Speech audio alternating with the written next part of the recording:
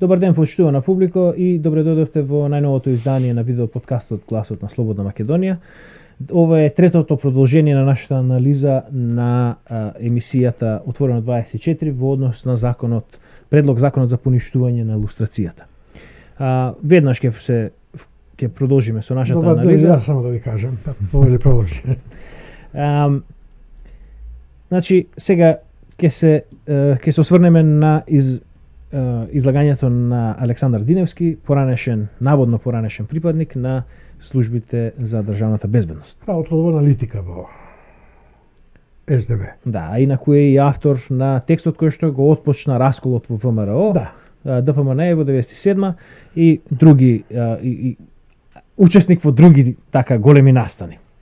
Значи, одиме со неговата оценка за лустрацијата. Најпрво добро вечер. И сакам кратко една оценка да дадам за самата лустрација.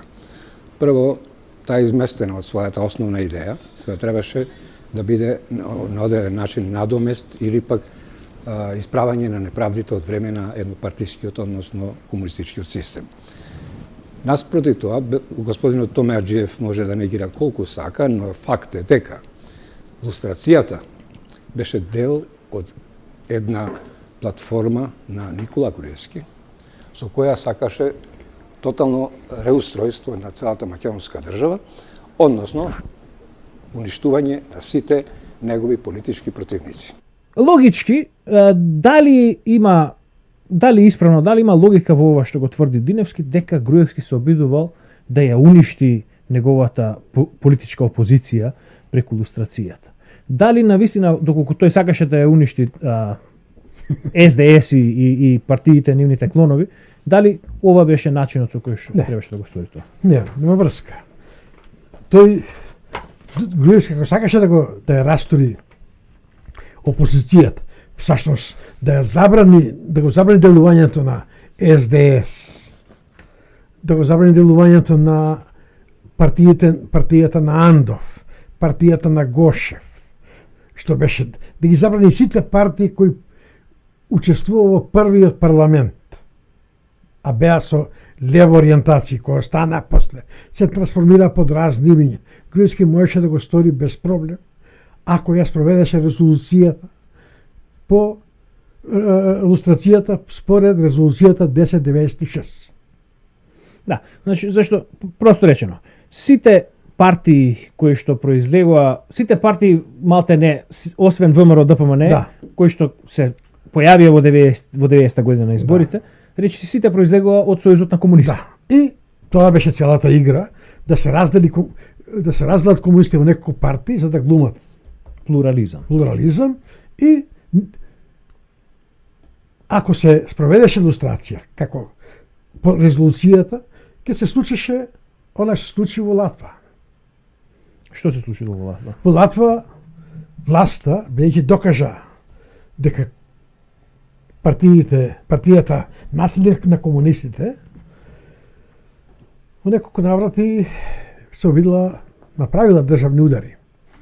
Државни удари не со војска, бидејќи тие времења беа тоа се во афричките држави се прават такви државни удари. Да се вратам на Латва, бидејќи на сличен начин како и во Македонија со игри непочитување на устав, непочитување на закони, во Латва комунистите се вратиле на власт, непочитувајќи изборната волја на граѓаните. И Суд за човекови права во Страсбур тоа го сметал за државен удар. Го прифатил суд, бидејќи во Латвија донесена пресуда да се забрани, и тоа 2008 година, не некоја, да кажеш, веднаш 91-92 година. Тоа со големо задоснување. И па тогаш доаѓа прв пат во Латва власт која не е прокомунистичка. И нормално тогаш ќе настане разделбата со тој систем. Во Македонија таква власт се уште не дошла. И прве сега, како дозна ти за овој случај? За случајот со Латва? Од каде ти е ова познавање? Од каде ти е ова информација? Од каде? Па тоа е, ова, мислам дека Милчин или не знам кој друг во емисијата споменува и сега ќе го искористиме тоа, бидејќи и Диневски е во тие што велат дека нема потреба од лустрација после 91. 2012 година, за да СДС за да добие аргумент да ја поништи лустрацијата, праќа писмо до Председателот на Уставниот суд на Македонија Наумовски, праќа писмо до Венецијанската комисија во која бара мислење од Венецијанска комисија за лустрацијата во Македонија. Комисијата очекува дека од председател на Уставен суд ќе прими комплетна документација за случајот за кој бара мислење. И едноставно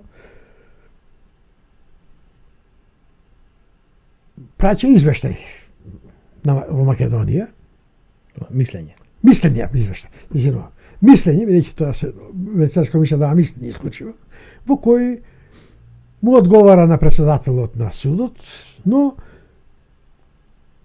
бидејќи има сомнеш, јас ова инаку не можам да го потолкувам таков извештај, такво мислење се даде, в кое нема јако според писмото кое е пратено од председателот на Уставниот суд, Венецијанската комисија можела веднаш да донесе мислење дека лустрација во Македонија е непотребна после 91 година. Но, бидејќи сепак таму седеле луѓе кои имали искуство дека ние да комунистичка држава не може да и посебно лесно да премине од тој систем во демократска држава, се посомневале дека и даваат едно многу мислење кое не е објавено за жал во Македонија цело. Значи ти сега зборуваш за она одлука на Венецијанската комисија која во македонската јавност беше представена како дефинитивна критика на лустрацијата и како одлука која што, односно како мислење која што ја забранува лустрацијата. Буквално така беше пренесено од сите, од Милчин, Најчевска, Жарко Трајановски. И впрочем тоа беше искористено како момент за да се сузбие лустрацијата. Еве ќе прочитам. Тогаш ние стапивме во контекст со Венецијанска комисија, ние Комитет за демократизација. Ти разговараше со секретарот, со господин Томас Маркер. Да. И му предочи за... Па добро, сега мислам, тоа не е толку, за мене не е толку. Види, ова мора да го кажеме, за да има зошто го вела. Дека имало, јас нема да го читам, ќе го прочитам само одговорот на Маркер. Да. Само ќе кажам што сме му пратиле, што си му кажал во разговор. Да, па јас го прашав дали Венецијанската комисија била свесна дека после 91 година Службата за државна безбедност продолжила со истите методи на работа како и претходно и дека се ползувала со закони од СФРЈ и најбитно дека се сползувала со правилник на работа кој што бил објавен во таен службен весник. Кога му го предочив тоа, тој рече дека во тој случај мислам дека има логика да се прави лустрација после 91 година. Меѓутоа за мене најбитно беше ова другото. За случајот со Латва дознавме преку тоа решение. Во тоа решение. Преку тоа мислење. Сега. Премиер кој беше на власт? Груевски. Значи ако сакал да ја уништува неговата политичка опозиција, имаше инструмент во раце, инструмент за кој никој немаше да приговори од Европа, од светот. Секоја демократска држава ќе го прифатеше тоа решение без збор. Сега зошто го врзувам и зошто инсистирав ова да го слушнем? Бидејќи Диневски е исто против, сака да каже дека нема потреба од лустрација после 91 година, но правилникот за работа кој е донесен во октомври 92 година, ползувањето на законите од СФРЈ со кој се оправдува, со кој се дава легитимитет на неуставните прислушкувања, говорат дека се прислушкувало, се крши човеков права и дека службата СДБ продолжил да работи според онака како што работили пред 91 година. Да. Тоа е. Диневски на старт се обидува да го елиминира тој дел. Да, тој воопшто не сака да зборува за 90. Значи, сега, што испаѓа тука? Тезата на Диневски дека лустрацијата била обид на Груевски за расчистување со неговата политичка опозиција, не одржи вода. Нема теоретска шанса. Бидејќи, пак да повторам, Груевски имаше се во раце. Да. И сега, тоа ми е сега следното. Значи, што тоа значи? Тоа значи дека лустрацијата, наводната лустрација која што ја спроведуваше Груевски, што била? Била само обид повторно да им се замачкаат очи на западњаците. Да. И да им кажат, еве, сега со реформи, само што не сме спремни да влеземе. Затоа беше и паниката кревана во првите моменти, дека Груевски една група против лустрацијата. Но кога ги погоди лично некои луѓе, Милчин и уште некој таму, тогаш тие се свртеа против Груевски. Инаку треба да му се благодарни, требаше да си молчат и да му се благодарни на Груевски, што спроведе ваква лустрација. Тој на перфиден начин им ја симна крвта од рацете. Да, и тоа, и впрочем, моје мислење е дека тоа беше и целата замисла. Тоа беше замисла. Кога ќе видиш како функционираат УДБА, тоест србо-комунистичкиот режим, како се однесува со западњаците, уште од самиот почеток, уште и за ова полека спремам, ќе има малку поопширна емисија за ова ќе биде и цело поглавје во книгата. Како УДБА манипулира со западњаците, па тоа е театар. Тоа е не само театар, туку тоа е врхунство. Ама Аджиев спомна во еден момент, кога збореше за одлуката за препораките од Прибе. Да. Прв пат да слушнам некој македонски, да кажем, и тој е бил функционер на една сериозна комисија. Да. Тој успел да проникне каде е играта.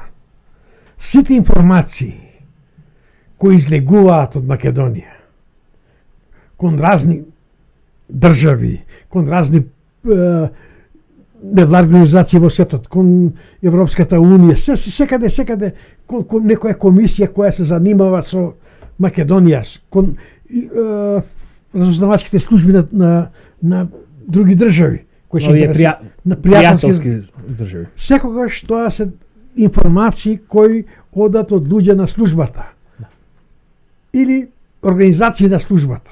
Ја затоа за сите невладни организации тврдам дека се организации се УДБА стои зад нив. Дека се ограноци на службата. Милчин ми се чини и понатака ќе го спомене тоа, не сеќам сега, ќе го оставиме, ако го нема на крај ќе го коментираме. Одиме понатаму со Диневски. Да.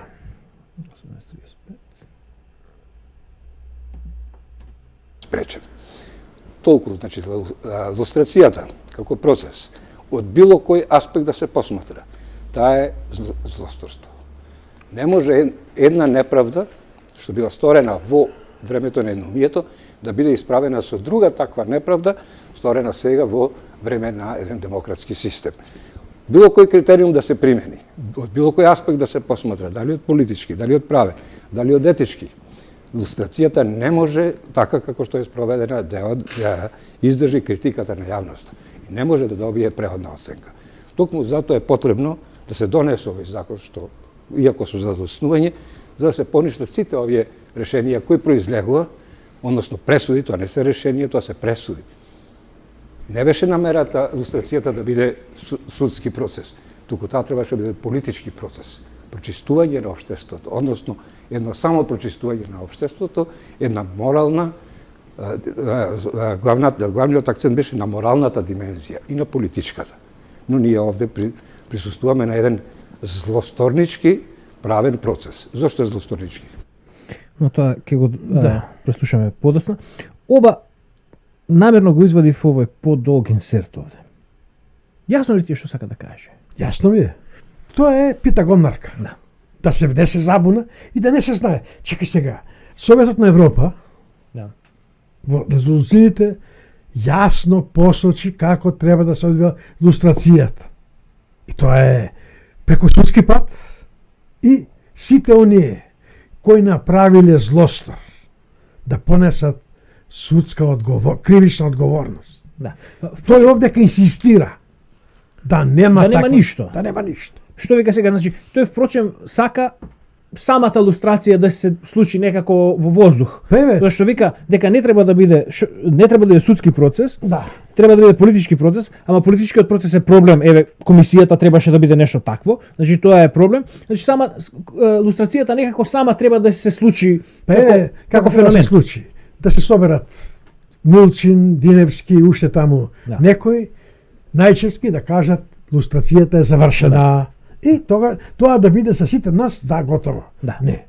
Лустрацијата мора да има судска разрешница. Јас мислам вака. Значи, еве, 10 години веќе како ги разгледуваме, па и повеќе, 2020, значи 12 на 13 години како веќе се занимаваме со ова работа. Лустрацијата мора да има и политички и правен процес. Мора да има два аспекти. И така е во резолуцијата. Значи, мора да има, за неправдите од минатото мора да се исправат. Мора да има комисија, значи мора да има некаква си институција која што ќе го направи онакако во Источна Германија.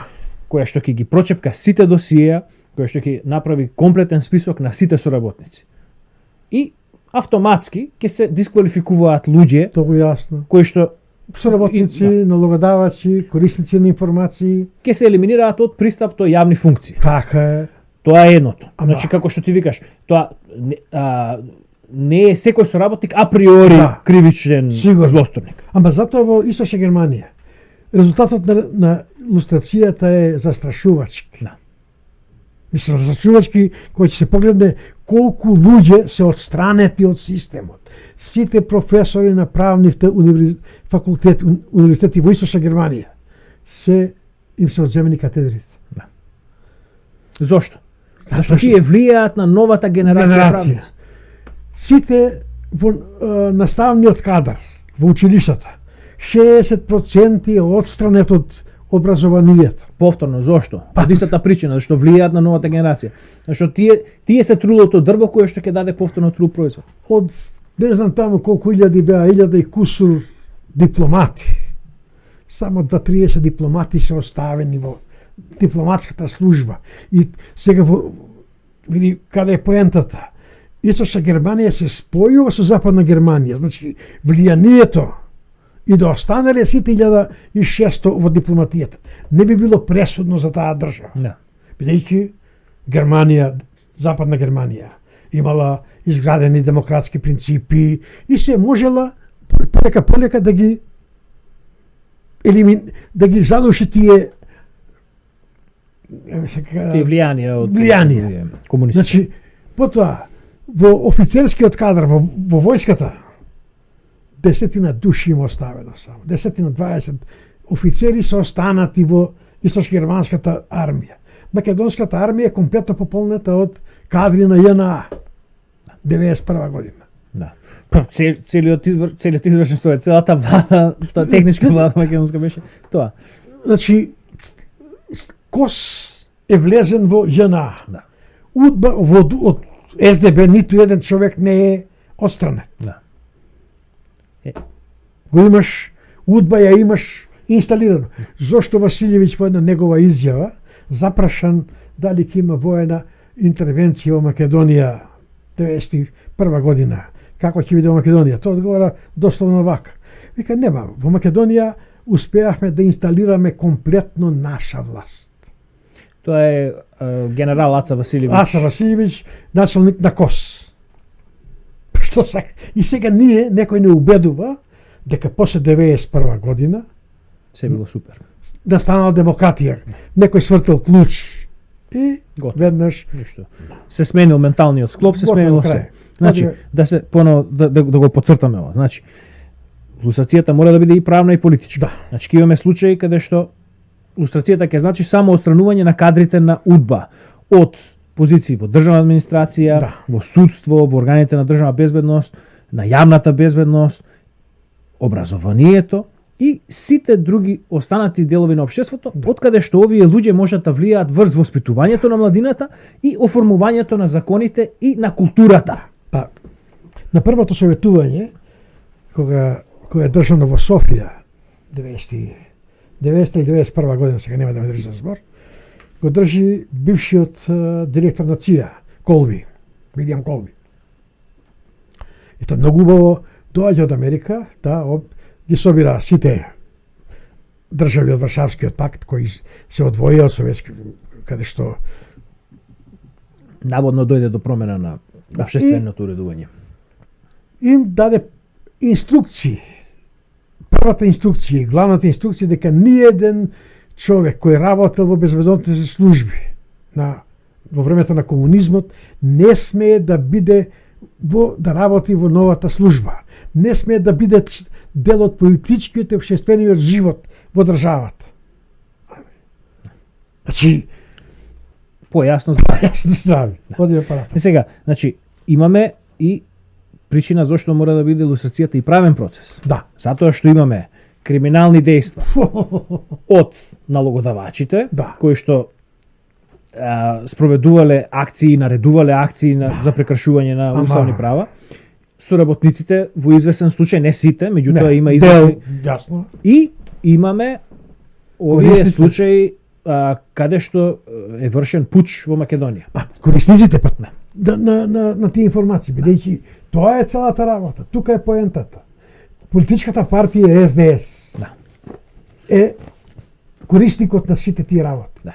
Значи има луѓе кои што ќе мора да одат во затвор, за време на 90-те години, значи не само во 82-та, туку и за време на 90-те години, Владе Милчин беше дел во раководството на СДС. Да.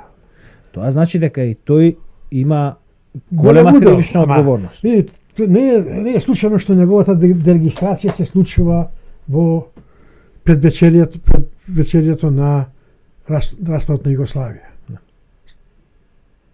Сепак тоа кажува дека тоа е еден од столбовите на чуварите на системот комунистички. Да. Уште малку да го слушаме Диневски. Затоа што е судено на мртви луѓе.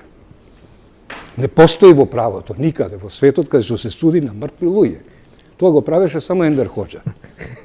И сега сакам да го вклучам ова од проста причина што еве пита Гомнарка како прави. Сега ја критикува Комисијата за лустрација во Македонија дека таа судела мртви луѓе и за пример на незината работа го дава случајот со Енвер Хоџа. Да.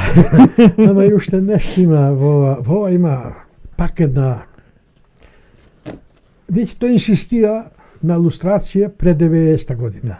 Па нормално е дека има ли некој жив од тие луѓе? Може би некој веќе сенилен 90 годишен, 80 кусur годишен, 100 годишен човек. Да. И кога ќе сега тој од една страна е против лустрирање на умрени луѓе. Да. А од друга страна тој инсистира на таа лустрација. Да. И сега мислам дека тука беше или во околу овој клип, ако веќе не е вклучено, можат луѓето да послушаат. Тој вика дека оваа лустрација не може да ја издржи критиката на јавноста. Оваа лустрација не може да издржи.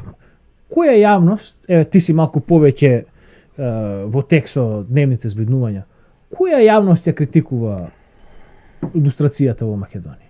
Се знае, они кои се засегнати. Тоа не е јавноста. Како не е засегнати, тоа се криминалците. Ама тоа е јавноста. Во Македонија тие луѓе имаат пристап до медиумите, тие се во НВО-та, тие се во институциите и организациите кои го градат јавното мнение.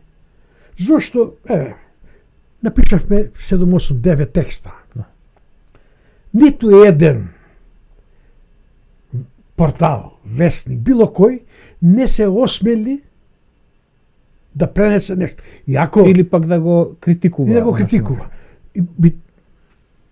Иако во сите текстови сме дале докази, решенија за прислушкување, членови на устав. Значи, ништо не е од типот како што еве сега Милчин, Диневски, Да. се расправат. Зборат дека ова биле судови, пресуди. Дајте еден доказ, Дајте покажете, потврдете го тоа дека се дека пресуди. комисијата дала пресуда.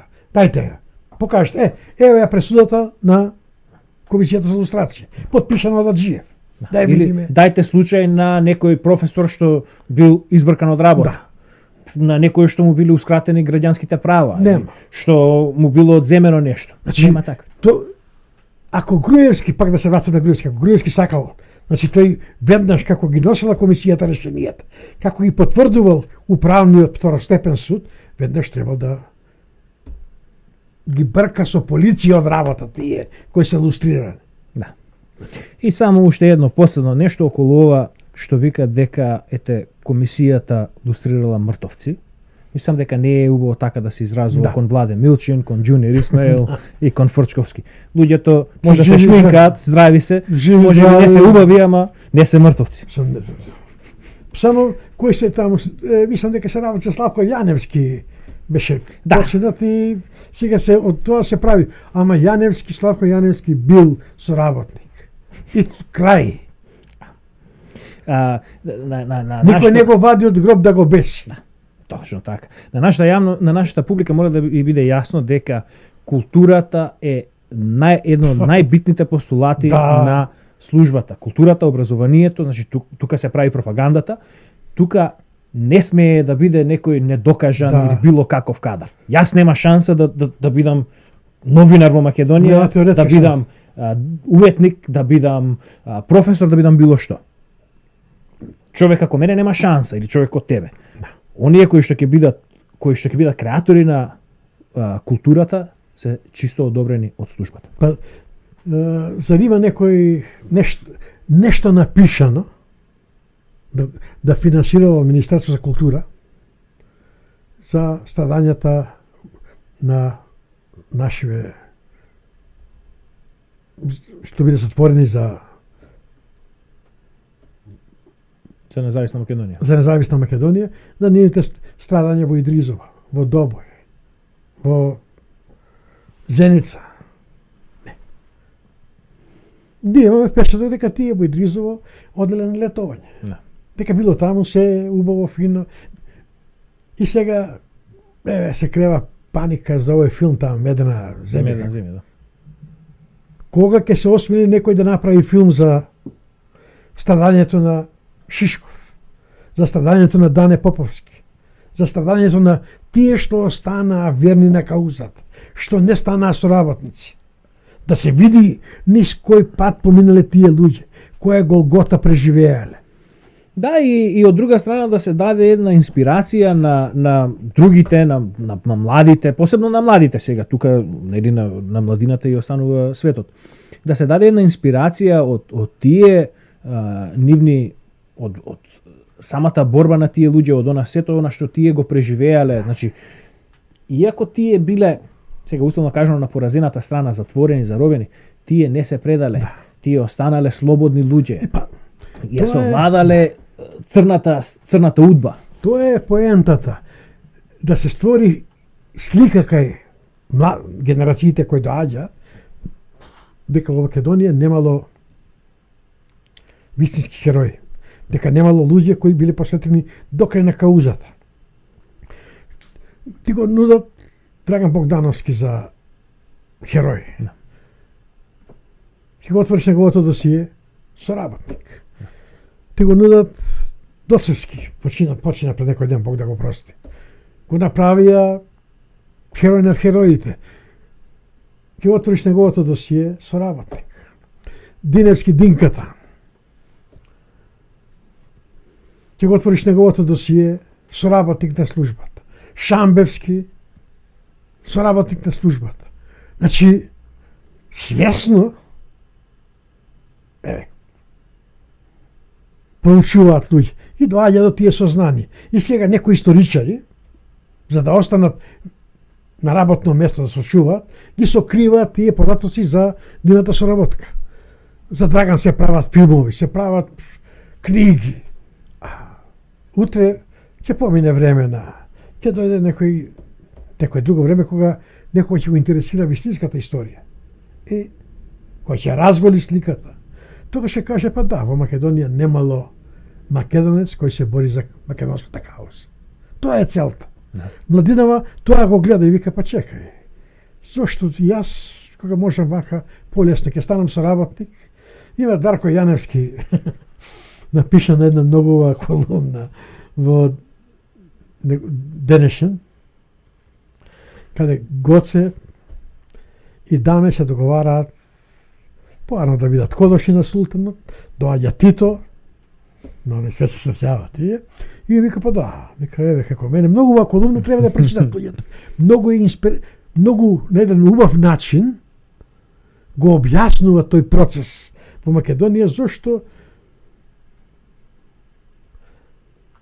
се исплати, после ова ако се поништи лустрацијата и ако бидат наградени овие лустрираните и нивните наследници, тогаш веќе никој нема да сака, сите ќе сака да станат соработници. Бидејќи тоа е исплатлив бизнис. Да. Сега да не многу забегуваме, меѓутоа тоа е една работа која што еве јас и ти имавме еден малку подолг конфликт во однос на тоа. Во можеби 7-8, ако не и 10 години првите, кога пребегавме во Канада. Моето постојано прашање кон тебе беше, па добро, зошто не си прифатил? Зошто не си станал и ти дел од тој систем? Зошто нашиот дотогашен партнер или некогашен партнер Драган Даравелски отиде од партнерство со тебе, па стана директор на царина. Баш кај што покрај тоа имаше и многу големи други работи што работиш. Прашањето ми беше зошто ти, но тоа е муабетот ми е на еден младинец. Да, на еден младинец. Тоа зборам. Секако дека опцијата да станеш соработник му делува како многу подобра отколку опцијата да бидеш маченик. Да. Во ред, мислам дека повторно тука е едно добар момент да ја заклучиме и ова, да го заклучиме и ова продолжение. Понатаму одиме со излагањето на Димовски, затоа бидејќи го завршиме прво Диневски, ќе одиме сега. Ќе се врачиме повторно на Диневски, да не заборавите. Да. Како што реков досега, само првите 25 минути ги обработуваме. За сега ќе ви се заблагодариме за вниманието и придружете ни се во следното продолжение. До гледање. До гледање.